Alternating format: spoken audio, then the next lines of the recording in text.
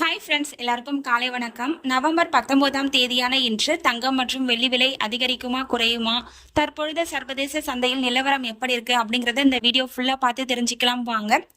காலை 8:30 மணி நிலவரப்படி பார்க்கும் பொழுது சர்வதேச சந்தையில் தங்கம் மற்றும் வெள்ளி இரண்டோட விலையுமே அதிகரிச்சுதாங்க காணப்படுது.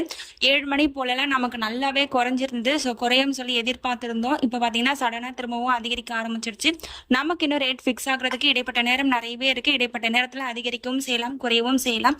ஸோ தற்பொழுது இருக்கக்கூடிய நிலவரப்படி பார்த்தீங்க அப்படின்னா தங்கம் ஒரு கிராமுக்கு பார்த்தீங்கன்னா 120 ரூபாயிலிருந்து 200 ரூபாய் வரைக்கும் அதிகரிப்பதற்கான வாய்ப்புகள் இருக்குங்க. அடுத்து வெள்ளியை பொறுத்த வரைக்கும் வெள்ளியும் சர்வதேச அளவில் அதிகரிச்சு காணப்படுதுங்க.